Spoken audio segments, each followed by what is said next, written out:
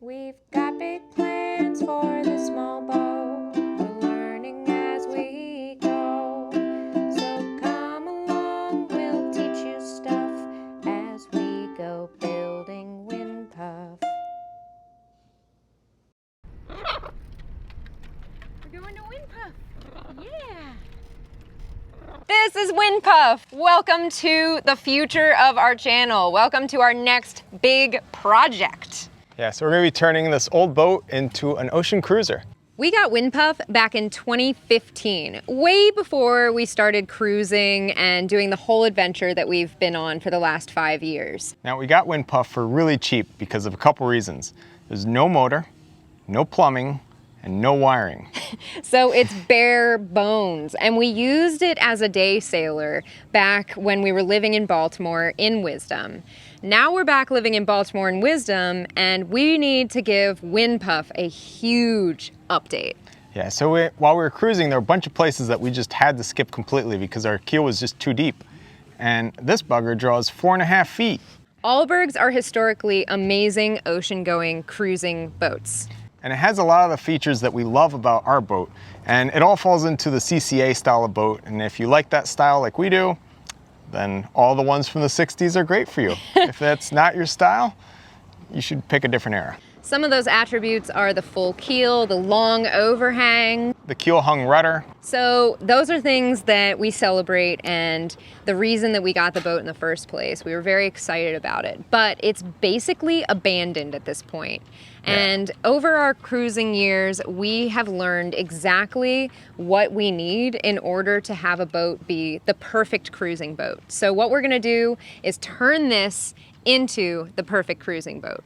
And along the way, we're going to be keeping a track of how much does it cost to take any boat and turn it into a good cruising boat. So this budget starts off at $4,500 to buy Windpuff right here. But if you can get a free boat, starts off at $0. So you might be wondering why we have a boat that looks like an abandoned boat. And the reason is we bought Windpuff to be a day sailor. It was fantastic until we decided to go cruising. We put Windpuff on the hard because we only thought we'd be away for 1 year. 6 years later, here we are, and Windpuff is still on the hard, but looking really shabby. So it's perfect because we're going to be taking this totally bare bones boat and transforming it. So we're going to be doing a major refit. That means that pretty much everything you see here is going to be worked on heavily and changed a lot. Yeah, so the goal is to, at the end, have a new boat that you can go cruising on, even though you're starting off with something really old and really affordable.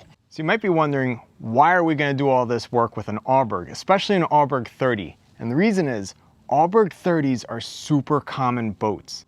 They made about 700 of them. They're affordable, they're plentiful, and the design is very similar to a bunch of other boats because designers at the time didn't have computers.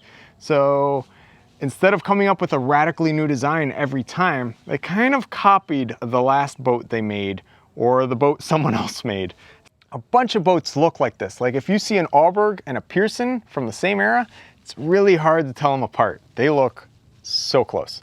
So this means that you can go out and get yourself a boat similar to this and then follow these same steps, and that'll take you from wishing you were going cruising to cruising with as little effort and as little money as possible. A 30-foot boat for this kind of project is ideal because it's big enough that a single cruiser could single hand, or a couple could comfortably live in it as long as they love each other a lot. But it's small enough that everything is just that much more affordable. So you have to think about the platform that you're working on when you do this kind of a job. You not only have to buy materials for X number of feet, but then you have to pay to dock that thing, haul it out, paint it, like everything adds up throughout the life of the vessel. So the bigger the boat, the bigger the budget ends up being. So 30 feet is big enough that you can do things comfortably, but still small enough that it's really cheap to do it. So today marks the very first day of this refit, and you can't really start without a full-on plan. What we're doing here today is figuring out an exact plan of what changes we're gonna make and when we're gonna make them. So the changes we decide on today may not be the same changes that we end up doing, but at least we'll have an outline of what we want to do. So it gives us direction and a place to start. That way we know what we're doing now and then what we're doing next. That way we don't have to revisit and backpedal and do things over again because we did them in the wrong order. So before we get started on the planning, let's give you guys a quick tour of the boat as she is right now, the starting point. So this is obviously the outside of the hull. We're going to be stripping the entire thing, fairing it, and painting it. Gonna make it look like new. So this is a CCA boat, and one of the hallmarks of them is a long stern overhang. So you can see this is the water line here, and all this hangs out above the water.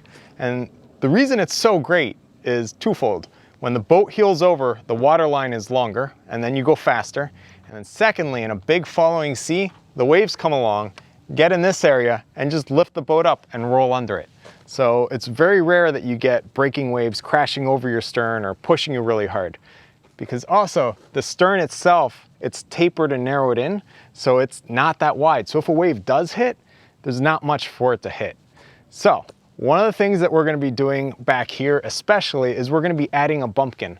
So we're gonna extend this out, bring it out back. It's gonna wrap around the wind vane that's gonna be mounted in here, nice and protected. And then we're gonna have a little bit longer on the stern overhang and more platform back here for solar panels. So this is one of our many through hulls in this boat. Now this is a boat that has absolutely nothing, yet it's got a bunch of holes in the bottom. And holes let water in. So part of our plan to make this a very capable boat is to not have holes in the bottom of the boat that'll sink it. So all the through hulls that are on the boat, we're gonna close up and remove. And then everything is gonna discharge out from the bumpkin. And kind of a system like this, so that way it doesn't dribble all down your hull and make everything disgusting with a nice streak. So we're gonna have it all come out into a big manifold inside the bumpkin and then discharge from there.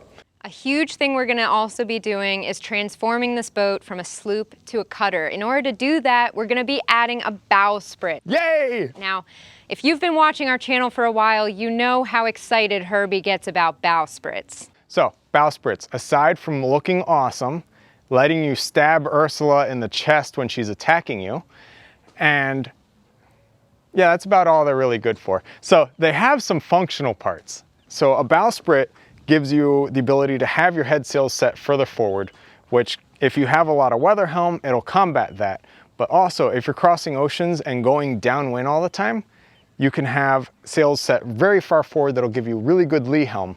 And the more sails you have forward, the more they pull the boat through the waves rather than sails being further back, pushing you through the waves. When you have sails set very far forward, you'll find that the boat just plows, it just cuts straight through the waves, and it's amazing. The other thing that the bowsprit's gonna do is it's going to effectively push the mast aft. An Alberg is a sloop, and the reason it's a sloop is because the mast is at the 30% mark. So we have 10 feet forward of the mast to the bow, and then 20 feet to the stern. Now, if we add, say, a 10-foot bowsprit, which we're not gonna do, but for math, that would then make it forward of the mast, you have 20 feet and 20 feet behind. So now your mast is at the 50% mark. So that's kind of the idea. So we're going to have a bowsprit, mount a couple head sails on it, and make it super awesome. Well, it wouldn't be rigging, Doctor, if we didn't make major changes to the rig. And one giant thing that we've taken away from our time on Wisdom is that synthetic rigging is amazing, and it's totally the way we want to go with this boat as well. So we're going to be replacing all of the steel rigging with synthetic. We're also going to be switching all of the sails from roller furling to hank-on. And you can see another episode that we made that explains all the reasons why we believe hank-on is a much better choice than roller furling. So this sailboat is a deck step boat, and that means that the mast sits on the deck. The other type is called keel step, where the mast goes through the deck, through a hole, and all the way down, and then kind of sits down here on the keel. Those are the two styles you can get. We're going to be adding bulwarks, a rubrail, and external chain plates. These are something that we wish we could do with Wisdom, and probably will someday. But external chain plates, while not the prettiest option, they look really shippy, but they also are just so much easier to inspect. We're gonna be doing ours in bronze to avoid crevice corrosion. Now, if you get a really old Alberg, the rudder is going to be wood. And a lot of people have told me that I really have to replace this and switch it out for fiberglass. But wood you can actually inspect a lot easier. If it's rotting, you know. If it's not rotting, you also know. It's all there. So now this design does have some major issues and we're going to be correcting them and beefing it up. But the rudder is going to stay in wood unless something major happens and then we switch to fiberglass. But I don't see that happening because I really like wood. Changes to the deck other than the bulwarks. We're going to be adding Kiwi grip, which we've been really wanting to do on Wisdom as well, but we're gonna try it out on Windpuff first. And we've already gotten some really cool tips for doing that. So we look forward to showing you. A minor thing we're gonna be doing is completely replacing the entire mast. Yet another thing that we really wish we had on Wisdom for all of our cruising was a hard dodger. So we're going to be adding a hard dodger to Windpuff. We're gonna replace these wooden coamings with fiberglass, put a whole bunch of self-tailing winches instead of these nifty ones that have those rubber things that don't do anything. And then the cockpit itself, we're gonna extend this part back and seal it up. And that'll make the cockpit have a lower volume. So if we do get swamped by a wave, it's less weight of water that we're gonna be holding, and it gives us more interior volume to fit stuff inside. Albergs, they have a laminated beam to try and, oh my God. Yeah! Got them both. Okay, a couple big things that we're gonna do in here is first, clear out these spider webs because they're disgusting and terrifying, and then clean up the grossness that is going on. Now, after that, the main changes we're gonna be making. This is a head with no shower, and that is a giant closet with no access. So we're gonna be fixing some stuff up. So I'm gonna move the head and put the head over there, and then we're gonna extend this and bring it over. So we're gonna move this whole door system to the side. Then we'll have a bigger space to have the shower and wet locker. So you can shower with your Fallies while you're underway. And then the other side's the head. And then further forward, which we're not gonna go up to because it's full of spider webs to get there, is the V-berth, where we're gonna add a whole bunch of water tanks. And then the anchor locker is currently shielded by a tiny little curtain. We're gonna turn that into a waterproof bulkhead. That way, if we smash something with the bow, we don't sink. And then also the issue that we had where the giant waves would break over the bow and then pour in through the hose pipe and soak our V-berth bed won't be an issue because it's a watertight bulkhead, which will then obviously need to have its own drainage system. The way things are set up right now, it's not very practical for living aboard. So what we're gonna do is change that. We're gonna make this entire side a galley and storage, and then this side we're going to make the berths and the salon area. In the floor, we're just gonna have a giant water tank. And then back behind here, this is where our motor's gonna be. Right now there's a gray marine back there, and we don't even know if it works. We've never tried it, and we never will. We're gonna be taking that baby out and replacing it with electric. So were you thinking that you were gonna start with the bulwarks? Yeah, so we're gonna be doing, for cost reasons, we're gonna be getting our stuff from Total Boat. Yeah. And we can't go to West Marine and just pick it up because then it's more expensive. So with Total Boat, we order it. When the bulwarks are finished, this is then gonna look like crap because the joint between where the bulwarks comes down and meets the hull. So it doesn't make any sense to do the hull first and then the bulwarks? Yeah, so if we did the bulwarks and then we can fair everything, sand it all, get it all ready, and then paint the top sides, strip the bottom, barrier coat, all that business. And we'll go take it from there. We'll do the whole outside first, and then the inside we can do when we're in the water. Yes. So we can, the whole idea is to do the whole outside, and then everything that we can do in the water we'll do once we're Yeah, right now we're paying to be on the hard. splashed. So the more we can get done that has to be done on the hard, then we can get out of here. Yeah. And then it's free when you're anchored or on a mooring. All right. That'll be the plan.